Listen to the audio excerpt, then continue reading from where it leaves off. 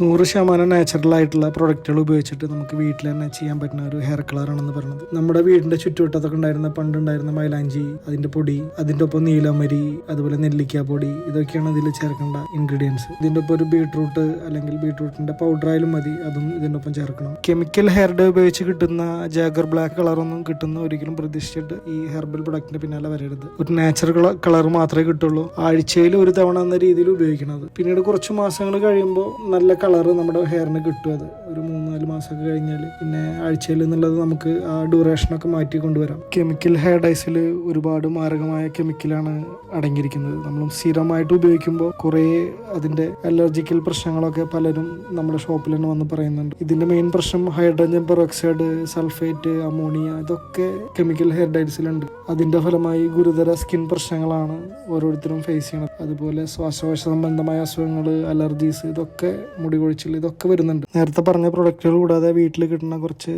പ്രൊഡക്ട്സുകളും കൂടി ഇതിൽ ആഡ് ചെയ്യണം. കൂടുതലായിട്ട് അറിയാൻ എങ്ങനെ ഉപയോഗിക്കണം എന്നൊക്കെ അറിയാൻ ഞങ്ങളുടെ ഷോപ്പിലേക്ക് നേരിട്ട് വിസിറ്റ് ചെയ്യുക, അല്ലെങ്കിൽ ഞങ്ങളുടെ ഷോപ്പിന്റെ വാട്സാപ്പ് നമ്പറിൽ കോൺടാക്ട് ചെയ്യുക.